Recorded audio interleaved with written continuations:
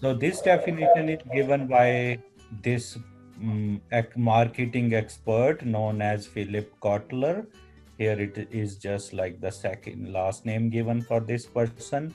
And before actually starting digital marketing, I thought let us start with marketing itself, right? So what is marketing? And I found this definition and I thought, okay, let us start with this definition. So marketing is a societal process by which individuals and group obtain what they need and want through creating, offering, and freely exchanging products of value with others. So marketing is basically about that in society we live, in community we live, and in communities we have to exchange these products and services, right?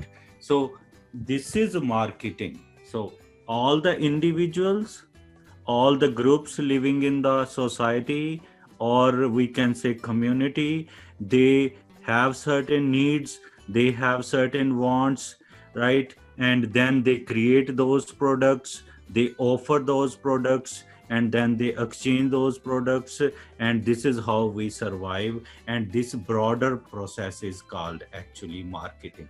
And we are going to discuss digital marketing, but that would be within this framework, bigger framework of marketing. Thank you.